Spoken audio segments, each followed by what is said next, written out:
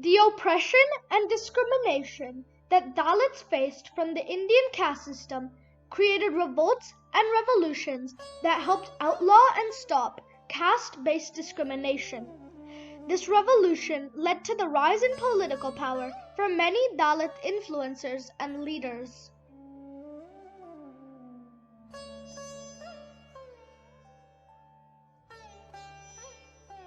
The path to abolishing the caste system and caste-based discrimination fueled a movement that helped eradicate discrimination in India while also giving Dalits a voice in the Indian society. This path to abolishment was a revolutionary step in the path to create equality and civil rights for all Indians. The history of the caste system started in 1500 BCE, when the Aryans of northern Asia migrated to southern Asia. The Aryans invaded India and established the caste system as a form of control.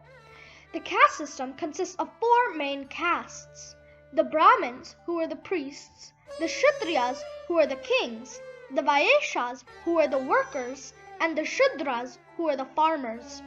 The lowest, the Dalits, were not considered part of the caste system and were untouchables.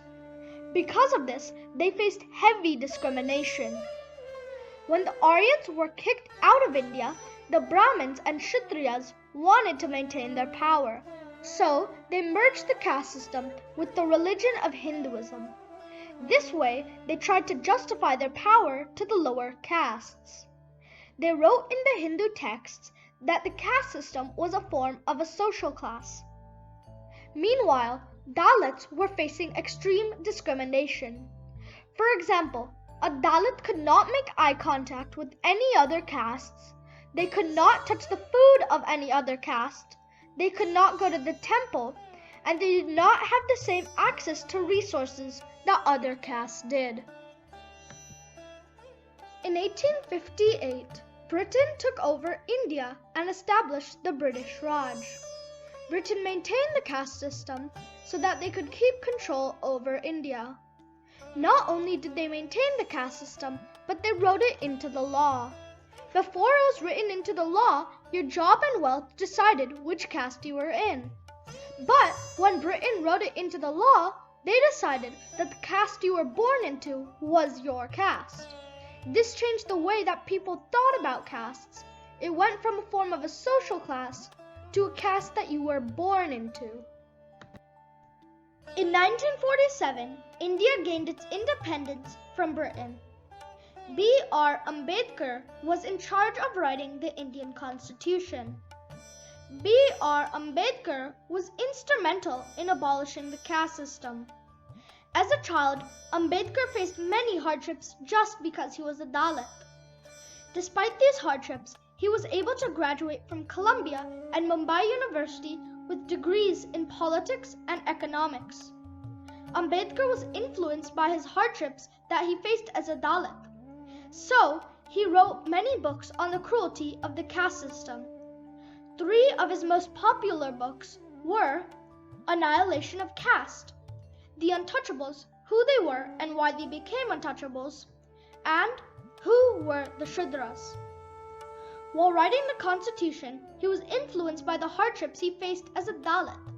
So, he created the Eradication of Untouchability section in the Constitution, which outlawed Dalit-based discrimination. Even though Dalit discrimination was outlawed, the caste ideology continued through Indian society. To fight back against this, Ambedkar kept writing about and protesting the caste system. This had been the first time that anyone had publicly opposed the caste system. Ambedkar was a leader for the Dalits. Ambedkar gained a lot of popularity in the Dalit community. His supporters called themselves Ambedkarites. Ambedkar created a massive movement against the caste system. Ambedkarites all over India would gather as a community to protest. Upper classes tried stifling these movements by discouraging the Dalits, but this didn't work because the Dalits outnumbered the upper class. On March 20th, 1927, Ambedkar organized a giant non-violent protest against the caste system called Mahad Satyagraha. It started off with 200 people marching from state to state, but by the end of the movement, it gained thousands of supporters. Today, March 20th is observed as a national holiday in India called Social Empowerment Day. Ambedkar's movement gained many supporters. Ambedkar converted to Buddhism as a protest against the caste system, and over 200,000 Ambedkarites followed this protest and also converted to Buddhism.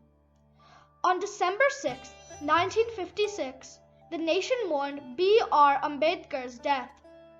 The Dalits needed a new leader.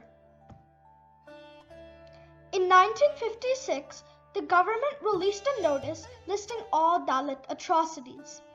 After seeing this, Ambedkarites Namoda Dasel and J.V. Pawar decided to start a political party to fight the caste system. Combining the ideologies of Ambedkar, Karl Marx, and the Black Panther Party in America, they created the Dalit Panthers. The Dalit Panthers fought for Dalit rights all over India while also protesting the caste system.